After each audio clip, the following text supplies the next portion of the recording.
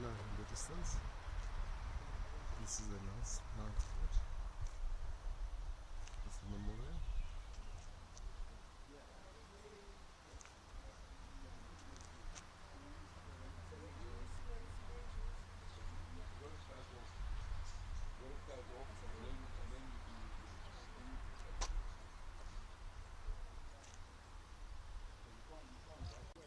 It's the eternal remembrance of the victims of fascism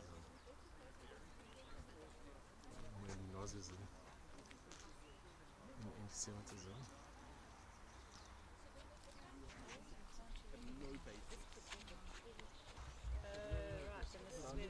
These are the trenches. These are the trenches. Let's come all together there.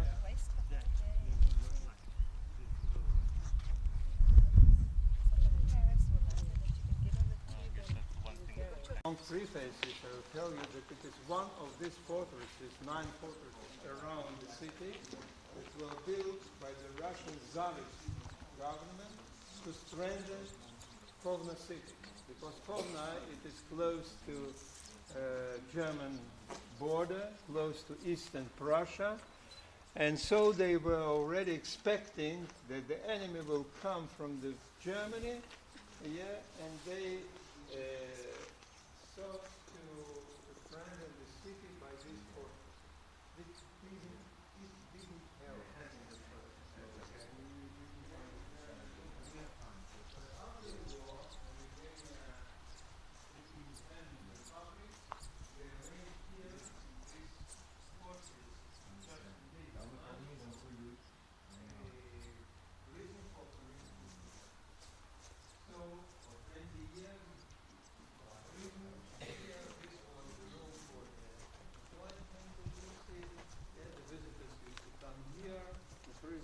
from the other side, and between them a guard was walking, standing, and so on. So you see that it was built as a real fortification, and you could see from the distance that all these fortresses.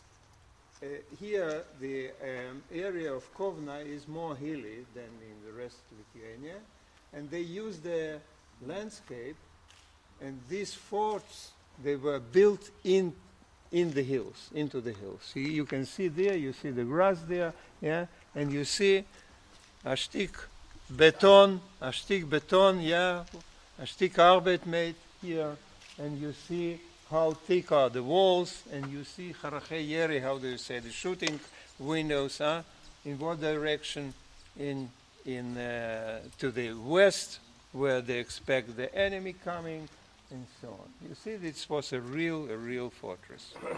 So, Miftsar, exactly. So, when the Nazis occupy Kovna, they see that this is an ideal place for their crimes. First, it is outside the city. The second, it is a lonely place. And the third, the Jewish ghetto is only 2 miles from here. Okay, so they could even march the people straight here to the shooting place. And so they did. And actually all the actions start at the very beginning of the occupation, but there was on 28th of October 1941 there was so-called Great Action, when all the prisoners of the ghetto, and there were around 30,000 in the Kovna ghetto at the first stage, yeah, they were ordered to come next morning to the place. It is ironical, but the name of the place, Demokratu Aikšte Square, Democrat Square, okay, such a name. And then at 6 o'clock in the morning, they had to stand there, all of them. This doesn't matter. You are sick, you are invalid, or you are not able to go, all had to be there. In the morning, the German policemen and the local policemen, yeah, they checked the houses, and if somebody was found, he was shot on the spot. And there was made a selection. And a German officer, his name was Helmut Rauka. He was sitting, he made all this selection. He was sitting the whole day he worked hard on a tall chair, and he had a stick in his hand, and the stick showed to everybody where to go, or left or right, left, right. Like Mengele. It worked like a metronome in music, you know? Left, right, left, right. Okay. And in one day, 9,200 people were sent to death. Of them, 4,273 children. Wow. And you can guess who were the first candidates in that action. So-called non-productive Jews, right? Women, children, sick people, aged people, intelligentsia. In a word, people are not able to work physical work. And not after and not before there were not such a great action. That's such number of people sent in one day. They were sent by foot here to here. That's why it is called a great action. That was on 28-29 of October 1941. You will see there some pictures when we enter there. So it is a real massacre place. And they were shot not here. They even didn't enter here. There was a fence. You have seen when you stopped there, yeah? There were remnants of the fence. They were sent into the trench. There is such a trench. When we go out, we'll see it, yeah? And this was not for them even. Okay. So let's enter the museum and the exhibition, and we'll speak on this spot there. The visitors, they would visit the prisoners.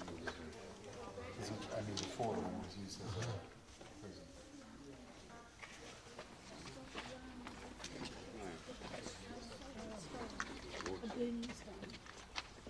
Burns. Right, so why did they do that? To stop the stench and to make sure that those who were shot would really be down. And then what did it do to kind of body? No, they just left them there the next day. They brought them back.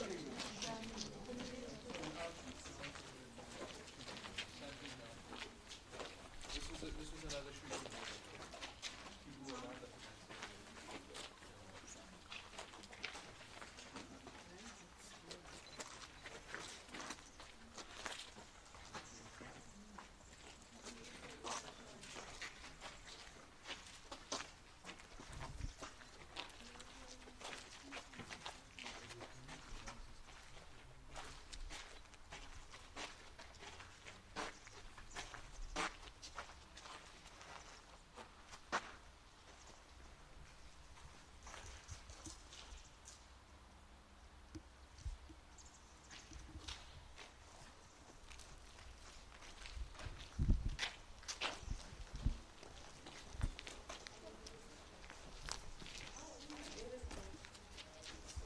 What a pleasure.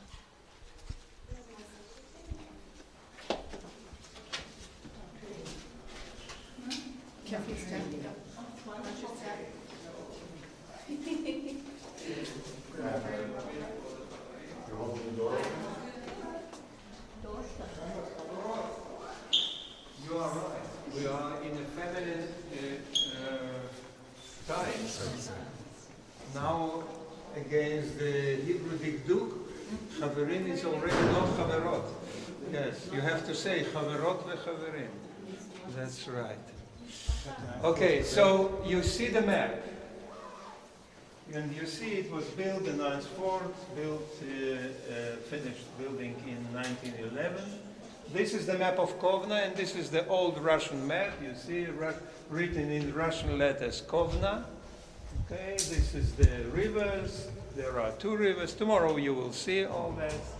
Okay, and these are the forts around Kovno, and we are at this place. Now, this was built, this fortress is a real fortress, and as it was customary to build at that time, they had also a tunnels, okay, around. They didn't connect with the other forts, but they were around. They had two purposes for these tunnels. One, to escape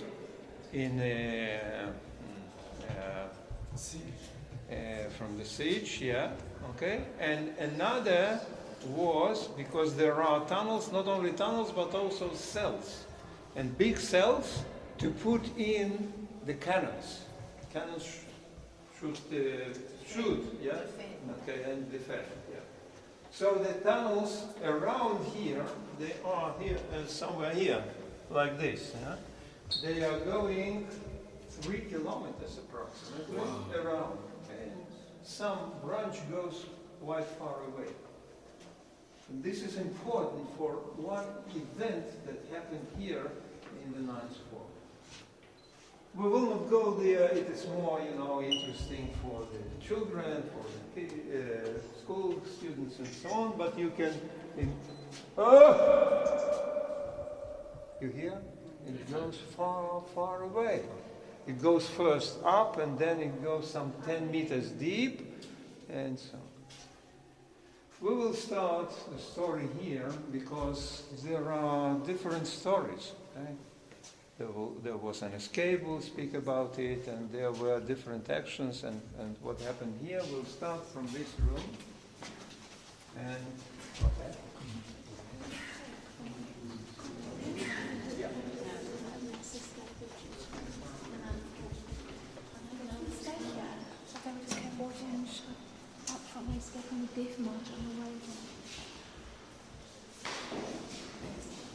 As I told you, that here in the 9th fort, over 50,000 people were perished, and not only Jews, and of them 30,000 Jews, and not only Jews from Kovno, and not only Jews from Lithuania, but also Jews from all over Europe. You will see there will be testimony about the French Jews. This is this room. There will be Jews from Berlin, Jews from Munich, and some other places. Are those Jews in Savannah? We'll speak about it also. So, as I told you, they were not even let here in. All was there in the field. But there was one case when about 900 Jews were brought here. And it was towards the end of the war, towards the end of the occupation here, in May 1944. One transport, a train, arrived to Kovno. Seems that it missed the way or something like that, because it had to be sent to Auschwitz, but it came here. And in this train there were about 900 prisoners of the labor camp Drancy near Paris. There was a transit camp, transit lager, okay, in Drancy. There were different prisoners in this camp. Not only French Jews, but there were from Poland, Hungary, Turkey, Algeria, and so on. And they were brought here. And that was the only case when they were put inside. And these people understood that this is their last station. And that is why on here, on this wall, some of them carved their names. Here you see, this is the way, this is the map.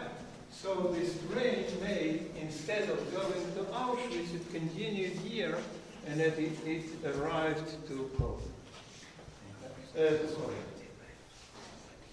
Half of them were shot dead here in Kovno in 1994, and half of them continued for Estonia, Klolga labor camp, but also were buried here. So here you see some of the names.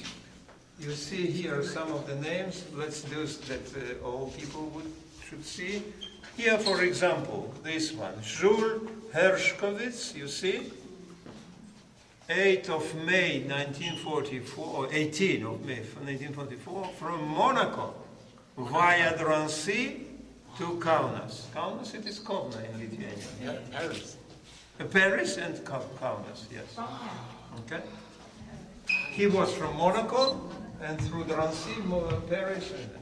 Or for example here, Max Stern, you see, Max Stern, Paris, the same day, May 18, 1944.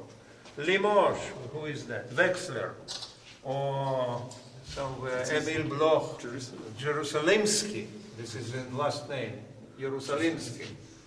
Okay, here, somebody reads French? No? Okay, so this is read in French. Nous sommes 900 Français. We are 900 French people, okay, from France.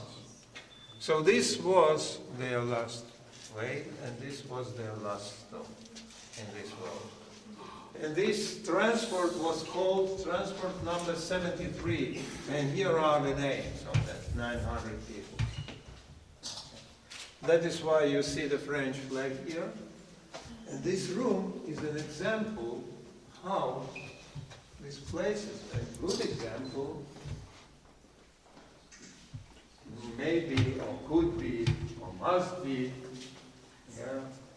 arranged the commemoration of those people. You see, they made a huge work. Those who arranged this exposition here, they made a huge work because they collected all the information about those people and even their pictures before the war when they were alive. Not all of them they managed to find here. But you can see here, for example, you see France, Iran, Germany, Ukraine, Poland, Ukraine, Moldavia, Hungary there was, Romania, and so on. Who initiated this exhibition? Of course, their ancestors or relatives. And also, have you heard about Serge Klarsfeld? Yes. Serge Klarsfeld and his wife, Beata, she's not Jewish, yeah? Okay? They were the hunters after the Nazi criminals. They found that the butcher from Lyon. No, the butcher Lyon. from Lyon, what's his name? Klaus Barbie, yeah, so that's them who found, they also initiated and contributed to this exhibition. So it is really a very good example how to commemorate. And here are, you see, personal, for example, let's take this, okay? Itzhak Abramovich, Isaac Abramovich, born in Romania, yeah, and he came to Paris. He was a violinist. Okay? This is before in that not occupied part of Paris, of France, and then they were given to the Nazi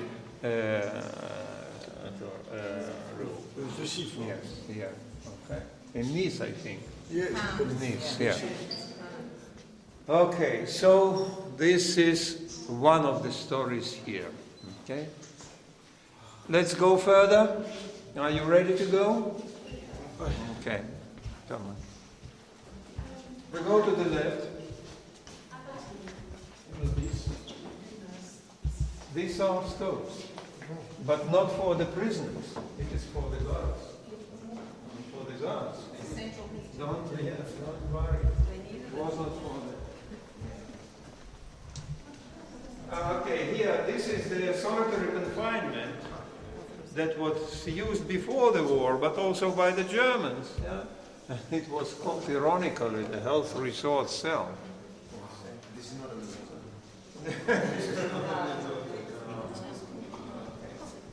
a please come here.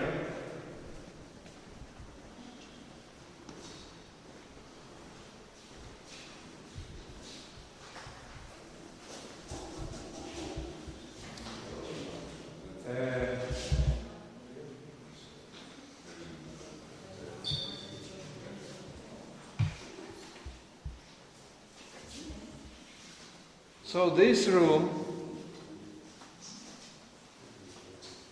tells us about the very, very unique event that happened here. You see, the ninth fort was famous, or maybe we must say infamous, that it was not possible to escape from here. But nevertheless, there was one case. And it was in 1943. I already mentioned in Riga, when we were in Rumbula, that there was a order of Himmler, head of SS, at the end, the second half of 1943, to dig out the bodies and to burn them. You remember? Okay. So the same was here. And again, who will do this dirty work? The same Jews. The same Jews. Sonderkommando. Okay, they had to do that. Not only Jews were, but Jews were the most of this Sonderkommando. There were 64 people. They had to do that. There were several Russian prisoners of war, some Russians and so on, but most of them were Jewish. And of course, it is a terrible work. They had to dig out the bodies. One of them was so-called dentist. He had to check the gold crowns. Yeah? Okay. There are terrible stories about it. We will not get into the details. But it is a terrible. And they were aware what will happen to them when they finish that work. They are real eyewitnesses, right? They even know how many corpses they have burned. Okay. So they were looking for a way how to escape from here. And they couldn't. They tried to forge somewhere a key from some gate. Nothing helped.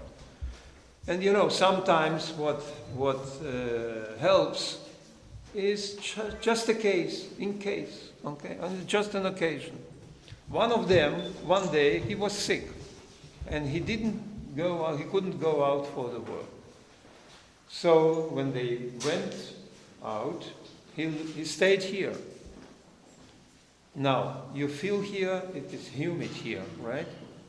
So the Germans used to open the door or the gate to the tunnels to ventilate here all the rooms. Yeah? And he secretly entered the tunnel and continued walking. And he is walking. It's already dark, nothing to see. And it seems that he lost his way. And suddenly he sees light from the top. Okay, he succeeded to climb on, and he got out. And he found himself, he understood that he is outside this ninth fort. He understood that the Germans don't know about this hole. What did he do? Yes, he somehow camouflated this hole. He came back, not escaped, came back and told his friends. What did he find? And now was clear there is a way. But, one, how to enter, because when they were back here, it was already locked. So how to enter the tunnels? And another question is, when to do that? So, as I told you, they tried to make keys and so on. This nothing helped. But then they found that there is another door, another gate, okay, always locked. But it is a side. And we will go there and you will see how did they manage to do that. And what time, what day did they choose? Christmas.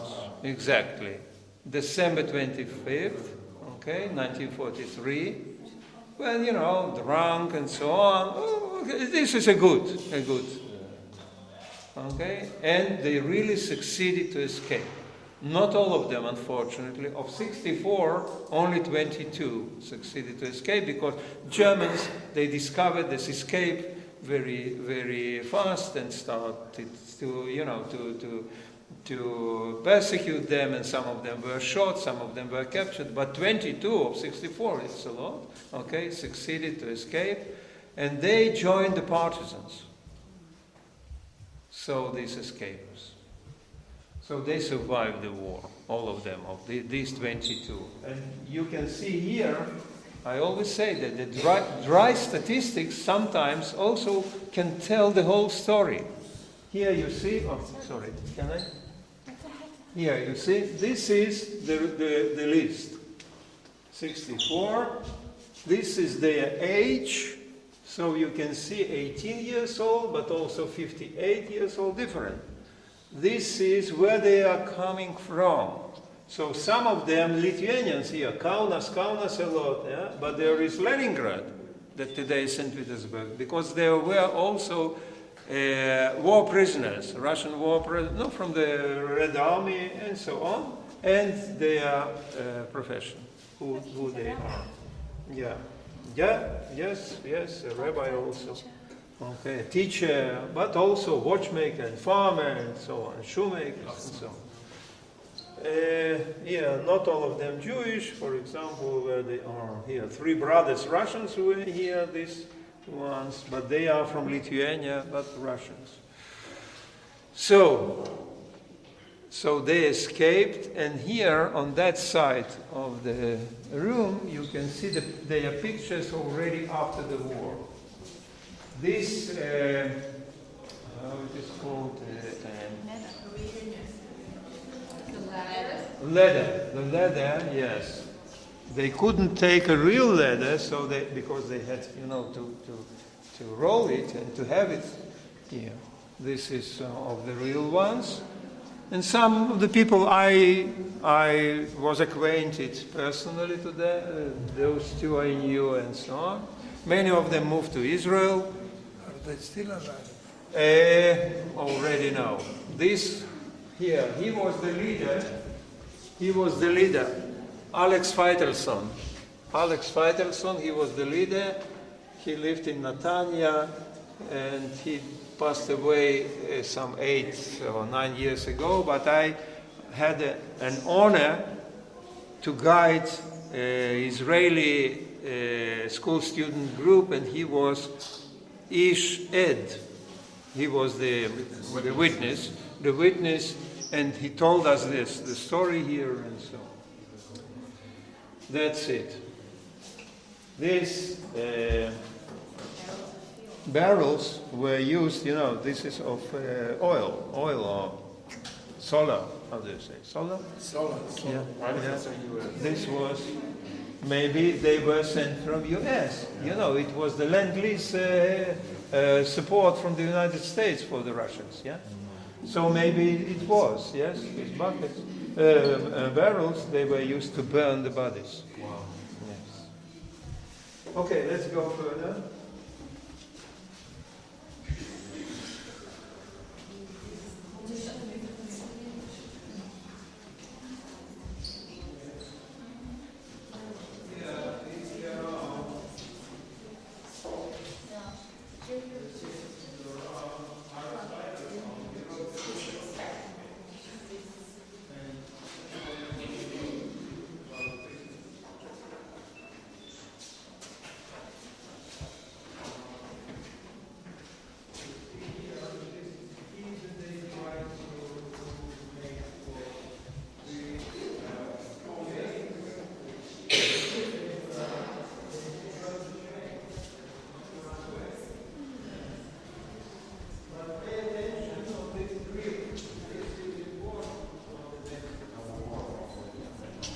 This drill they used and you can already guess how did they go through the other. What's this one? Here they It's a double, I don't know, it's a passage that way and that way.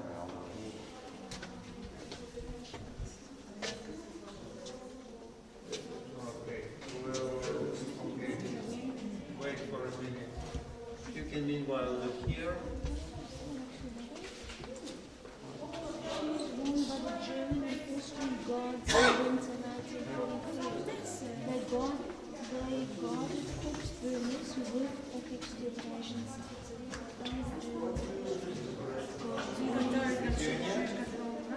Kovno, in March 42, in April.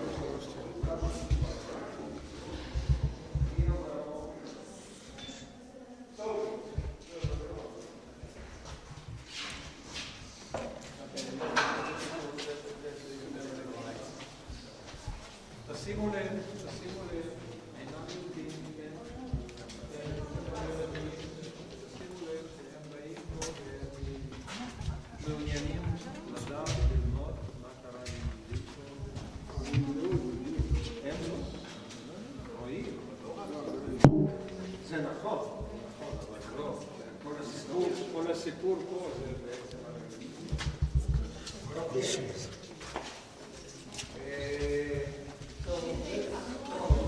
German and Austrian guards. Kaunus.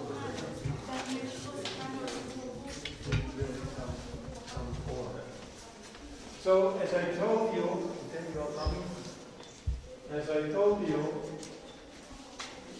that the Germans occupied Kovno on, actually it was so, that the German tanks crossed Kovno on June 25. And the Soviets, of course, already escaped. So for 2 days, and the Harrison didn't arrive yet, the Harrison of Kovno. Harrison? Garrison. Harrison. No, Harrison. Garrison. Garrison. Yeah. Heil Matzav. How do you say in English? Heil Matzav.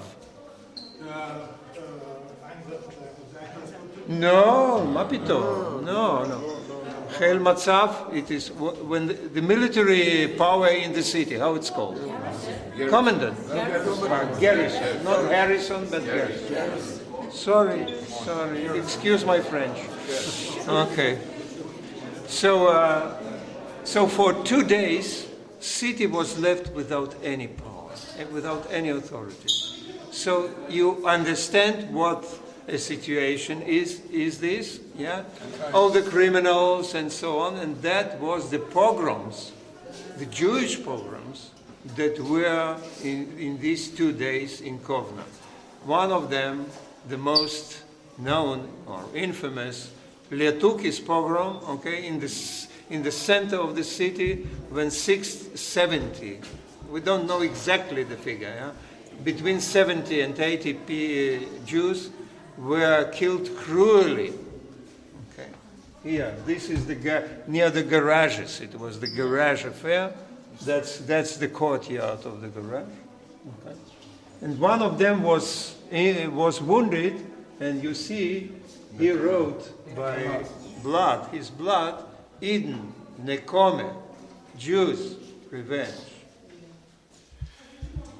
Well, so, this map, I always say that the maps are very, very good because they demonstrate well, they give an idea how it was. This is that area, occupied area by the Nazis. Here, it is already Moscow, and so the front line was quite close to Moscow, yeah? And this is Lithuania, Latvia, Estonia, Belarusia, Ukraine. These are the Einsatzgruppen. Einsatz, Hashmada, okay? Extermination. A, B, C, and D. A was for the Baltic region, for the Baltic states. Now here, you see different pictures. These are from that place. These from the ghetto. These are from the ghetto. This bridge was built. I'll show you tomorrow. We will show you tomorrow where this bridge was on the main street, over the main street of the ghetto, and so on. All these pictures. What do you think? Who took these pictures? The Germans. No, you have a mistake. No. One Jewish prisoner of the ghetto, he was a professional photographer. His name was George Hirsch Kadushin. He had a camera. Of course, it was terribly dangerous to have a camera. For radio set, people were shot on the spot immediately. But he was brave and he made secret. And what is important, he had films. And he made he took the pictures. And he has hidden the films in one dry well. And imagine that he survived the war and he came after the war and he found this well and he found there these films. That is why we have, and this is very important because it is documentary evidence. This is very, very It's a similar important. story from the Lodger Ghetto. Was Yes, photographer. yeah, right. He buried it, Lodge. and then after the You war can he see came him back. even here. Here there is a picture of him. Yeah, that's him. And also I would like to show you. Yeah, he emigrated to the United States after the war. I want to show you this person, outstanding, to be a head of the Judenrat, okay? It was a terrible role. And many of them, even they, as we will speak in Vilna about Yaakov Gens, okay? Even they tried to do something, okay? It was a terrible. There were the real sadists, or there were, different people are different.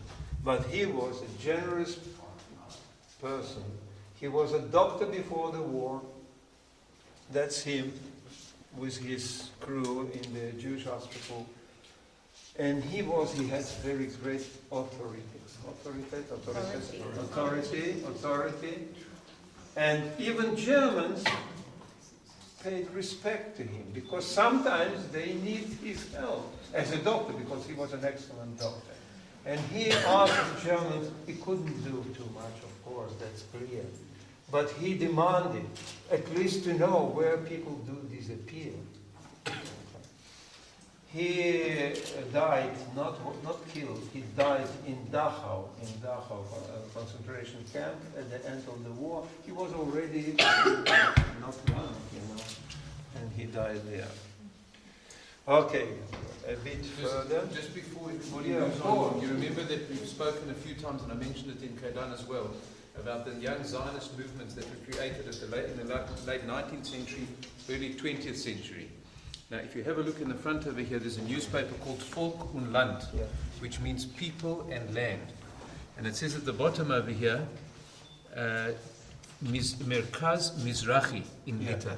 This is the Mizrahi newspaper, and if you look closely at the top, it says, in inverted commas, Eretz Israel, La'am Israel, Al Pi Torat Israel, which is Ben Akiva. So this is the origins, and this is where it started in a Yiddish newspaper in the early 20s. This is 1929. You can come and have a look. Volk und Land. Yeah. Religious life. Okay. Let's come here. More pictures from the ghetto, from that period. Jewish police, that in the ghetto was Jewish police. And not all of them were real capo as there is some stereotype that if he was a policeman, a Jewish policeman in the ghetto, okay? And Rabbi Oshri, you mentioned Rabbi Oshri, right? Yeah. That's him, he's young here. That rabbi that wrote a big book, Annihilation of the Lithuanian Jewry, he was prisoner of this ghetto. Okay? And he describes all these problems. Okay, how to eat, for example, or is it possible to send a child to a Christian family, and so on? These are, my mind, Shelot without Shuvot. Okay. So, if I could just mention yeah, of course. Here, just to bring in, there was physical resistance in the Holocaust, but there weren't very many. There was, I think, an uprising at Babiari, if I remember correctly. There was an uprising, as we know, in Warsaw that was led by Mordechai Nedevich, who was, I think, about 23 at the time. And there were small ones. There was also the resistance that you mentioned earlier of the Greek Jews, the Sonderkommandos in Auschwitz. Sobibor was the one that I was thinking of. Right. And so that has been glorified, and to a degree, it was also the kind of easier to sell in the secular Israeli setting, where we become used to a military and uprisings and that kind of thing, which is correct. But that's one focus. There's another focus, and Yulik has referred to it now, and that was spiritual resistance in the Holocaust, where people said that despite the circumstances that I'm in, I'm a Jew, and I will die a Jew, and I will be, and this is an incredible thing, I will be as meticulous in my observance of my mitzvot, and my belief in Hashem will be as meticulous as it ever was before, no matter what my circumstance. There are hundreds of examples that we can give. One example is that there was a man in I think it was in Auschwitz, that had a pair of tefillin, and he would allow somebody to put on the tefillin if they gave him some of their bread. And people say, what a terrible guy. That to make out, so that somebody else can do a mitzvah of tefillin, that he took some of their bread. And they said, but what about looking at it differently? What kind of human being will give up a meager piece of bread to do the mitzvah? It's the way you look at it. Another beautiful story to talk about spiritual resistance is that one of the shailot v'tshuvot that Yurik mentioned just now was a chosid that came to Ephraim Oshri, Ephraim Tzadik Livrocha, who, as you heard, was the Rav in the Kovno ghetto, and I've got some of his shailot that took at the time. He was asked the following question by Chosid. The Chosid said to him, my teeth had been kicked out by a Nazi guard because I was trying to steal potatoes outside the ghetto to bring them into the ghetto to feed my family. My teeth had been kicked out. Pesach is tonight. And we managed to make secretly some matzahs for Pesach. I can't chew the matzah because my teeth have been kicked out. I'm a chosid, and we don't eat gebrochs on Pesach. Gebrochs means that we don't put matzah together with any liquid in case there's a hashash that it might become formed. According to the non-Hasidim, we don't find it a problem once it's making matzah. And his shaila was, can I, for purposes of fulfilling the mitzvah tonight, soak my matzah in order to fulfill the mitzvah of matzah? And of course, Rabbi, she said, there's no question that you can. That's the kind of shaila that he was being asked. Not why me, not where's Hashem, not is it important to keep the mitzvah of Pesach, but I've been keeping a chumrah and I'm not going to deviate from it unless a Rav gives me a sign that the Rav. That was part of the spiritual resistance. I will only add that we will have a brilliant example of a spiritual resistance, and will stand in Vilna near the building of the former ghetto theater. And another question that was asked was, can I say Kaddish for a non-Jew that saved my life? What did he answer? Yes. Here, you see on your left here, it is an example of a room in the ghetto. So, first glance, not so bad, right? Not so bad. But do technical thing. Put here 10 people, okay? And you will have another picture. Now, the bad side of this room, it is very hard to speak because the children, those that were perished here in this, there was a children action, and there were many other actions, and I told you that in the great action, 4,273 children were killed, and so on. So, if you don't mind, I won't speak about this. It's too hard. Well, let's here. This is the great action. You see, October 28, 29. I had some 15 years ago a lady, they were still alive, that was in the great action. And that selection,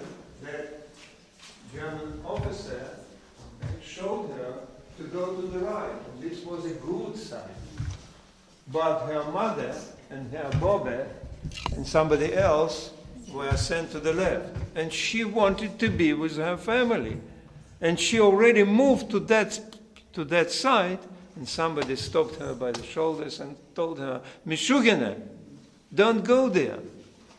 And so she stayed alive. She told us the story, how was this, all this? And she told us, and this picture shows this, that the winter in 1941 was very early and very cold, severe winter was. Okay. And on October 28, the first snow fell. Okay. That's what you see, why it is white. And they are already going here to this ninth fort. Okay, well, here, well, look at the pictures, but we will not stay here too long. The only thing I would like here to say, here, this is also important. Organizers and executioners of the massacre in Lithuania.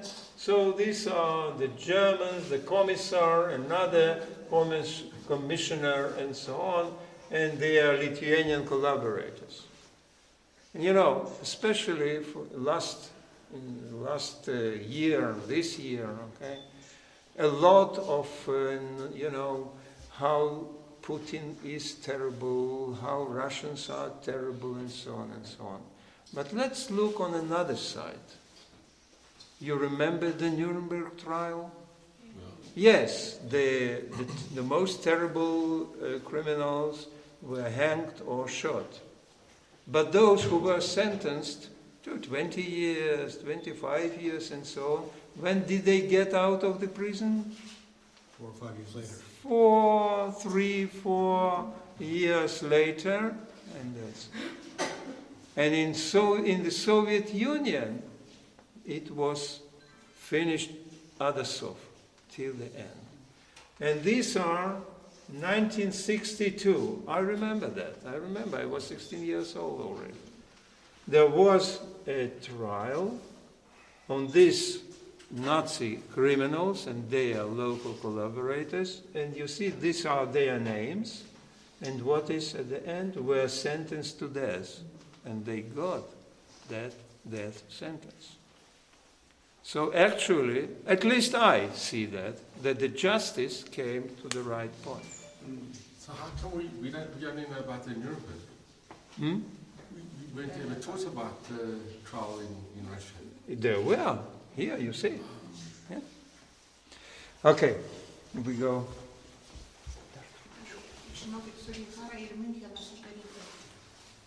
Gerai, su Gihara mums kaip tik nereikia, kadangi mes rytoj einame su Gihara, mes tik čia dar trupučiuką. Ačiū labai. Ačiū labai.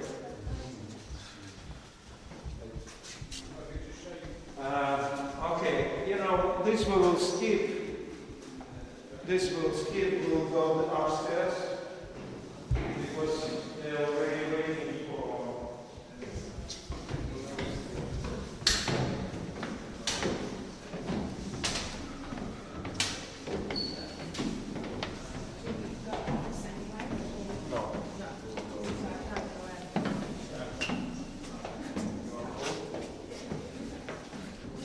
Careful, watch the step here. Yeah.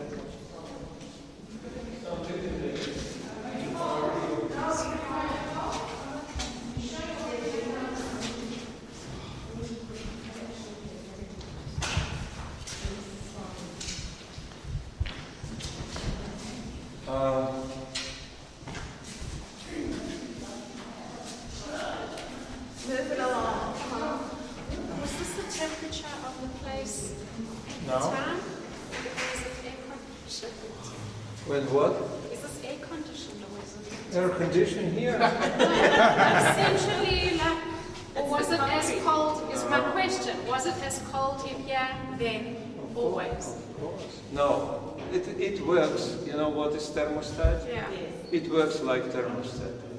In winter, it is warmer than outside. In summer, it is cold. because the walls are thick.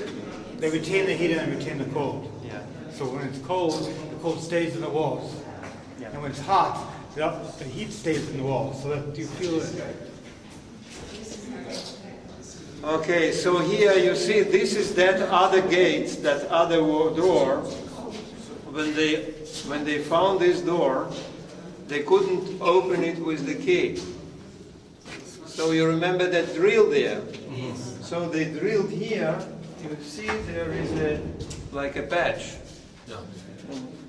They drilled here the holes. Of course, not in one day. It took time, you know. It is a hand drill. And not to raise suspicion, they closed these holes with, you know, of bread and sand. They made something, a mixture such, yeah, to close it. Okay, and on December 25, 1943, they opened it and they got out of there to the tunnel, and there they already knew where to go. So you see, it is this one. Yeah? They were not fed, right? Of course, they couldn't be fed. For that meals they used to get. So I always say that this is one more example of the Jewish bravery. Not you know, there was some, after the war, some such a stereotype that how could be that the Jews went as sheep to the slaughter? But not all of them went as sheep to the slaughter. Okay? So that's it. Is that a mistake, the 64? Sorry? The 64 prisoners? Some were killed along the way. Yeah. Oh, they, No, they started 64, but succeeded to escape really 22. What exactly is on the other side of this door? There are the It tunnels. just leads to another tunnel. Yes. It goes here around. But it's up high, on the second floor, so like, at some point did they jump down? Yeah, no, it is like here. No, I know this is level, we're on the second floor, they came up to get here. We're in the hill. We're in the hill. The hill, okay. Yeah, That's a hill, yeah. Okay, we go. You have to remember where it is. We go upstairs, few steps. No, we go tomorrow there. Here it is, by the way, close. It's on the repair. Upstairs here. This is solitary confinement. One more. It is called the concrete set, really, like this. Concrete without any fire. So what's the step? We will leave here.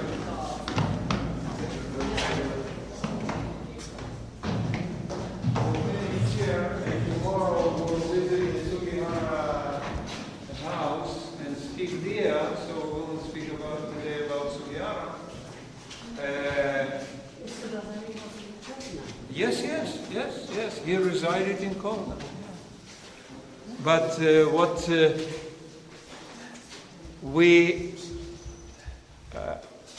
we must remember those people who saved Jews, those really generous people and brave people. You know, we spoke yesterday already about the righteous Gentile. In Lithuania is on the first place, relatively, of course, proportionally, by the number of the Yad Vashem Hasidei Umot HaOlam. Over 440. Not in the absolute figures the Poland. But Lithuania is proportionally on the first place. wow. Yes, yeah. I will not speak about all of them here, of course. Maybe 1, 2, 3, not more. This lady, she was Lithuanian Gentile, right? a journalist, she saved Sofia bin Kenya, her name, Sofia bin Kenya. She saved mostly Jewish women with the children. And you know, it was terribly dangerous. Not only for her, but for her family. So her family also, that's her husband, and that's her daughter, and that's her son-in-law. So all of them, they got because they helped. All of them, they took part in this rescuing the Jews. She not only saved these people, but she also organized a chain of saving people. Because, you know, to hold in the same place people was very dangerous, especially children. Children are children. Okay? So she organized Christian women that they were, relocating them from one house to another and so on. And the last thing what she did, we didn't speak yet about the Soviet period, the Soviet anti-Semitism and so on, but I'll tell you now already, not the whole story, but that Soviet regime in some sense was anti-Jewish, anti-Semitic. And the Jewish issue was a taboo in the Soviet press, in the Soviet, public opinion, and so on. It was not Soviet people. They speak about the Soviet people that suffered from the Nazis. That's it. But she wrote a book about the rescuers of the Jews. But you cannot speak about the rescuers of the Jews without saying what did they do, whom did they save, and so on, right? So actually it was the first in the Soviet period, the first evidence what the Jews suffered during the war, how the Jews were killed or how they were saved. And the book that she published, unfortunately, it is only in Lithuanian language. It is called Fighters Without Arms. Actually, we can say it continues this issue of the spiritual resistance also. Okay? So here, he is one of the first of the Hasidei Umot Olam, righteous Gentile of Yad Vashem, that she is in Jerusalem in 1968. Okay? I knew her personally. One of the most generous and most beautiful people I met in my life. Really so. Another. Yes, already some 30 years. You see, she was in her mid-30s during the war. Another person that I would like to say a few words about, it is this, Dr. Tatras Boblis. Dr. Tatras Boblis was a medical doctor, and also he was a head of the orphanage.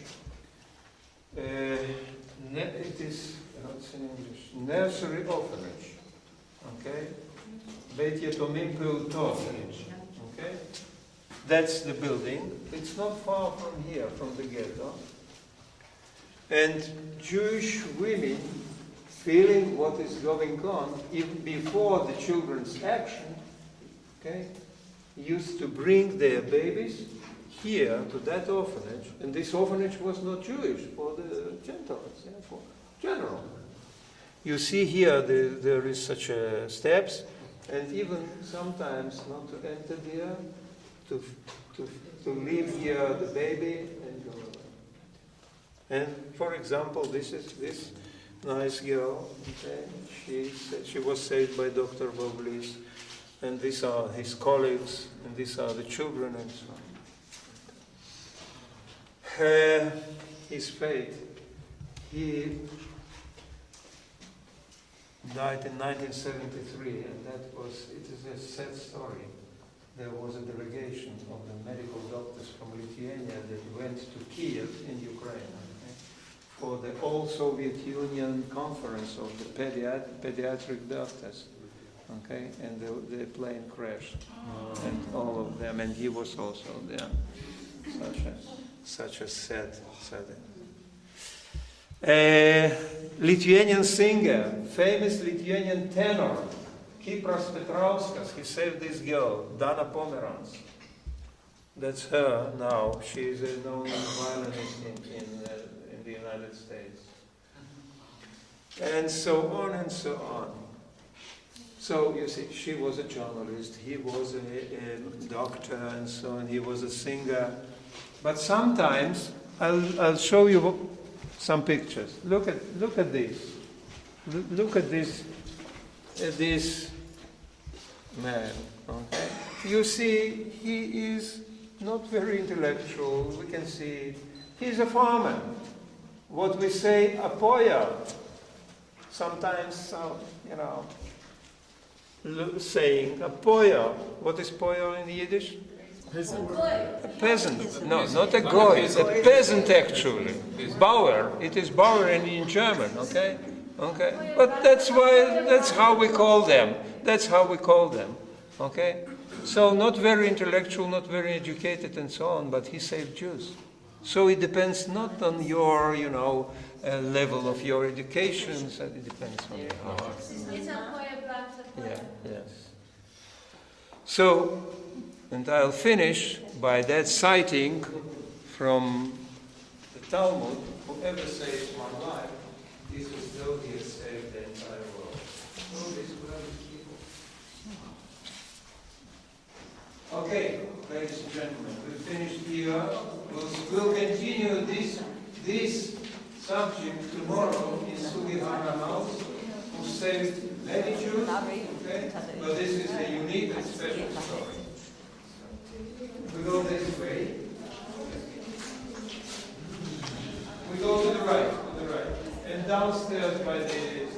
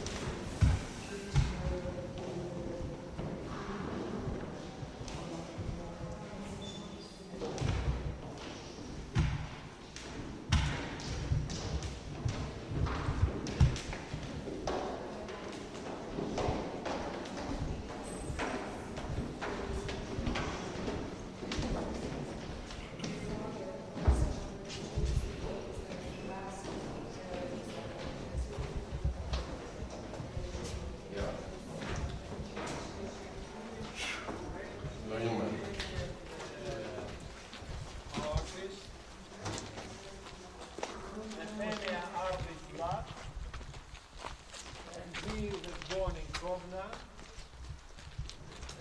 and he was here in the ghetto, survived the Holocaust, and moved to Paris. And his artworks are very known. Some of them are in Venice, in the Jewish quarter, and he made this gift to his native city Kovno. You see, these are the scenes of the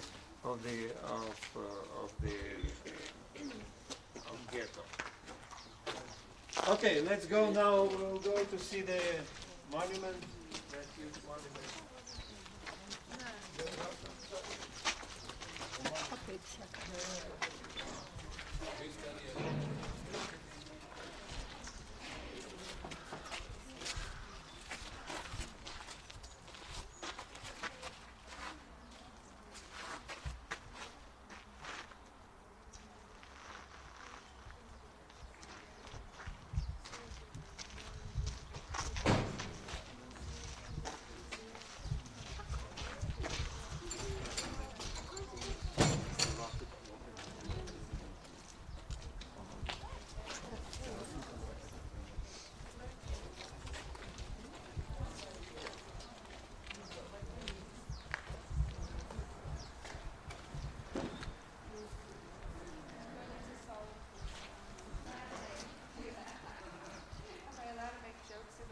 You see that plot to the foot? Ja. Nee, it says, I need to...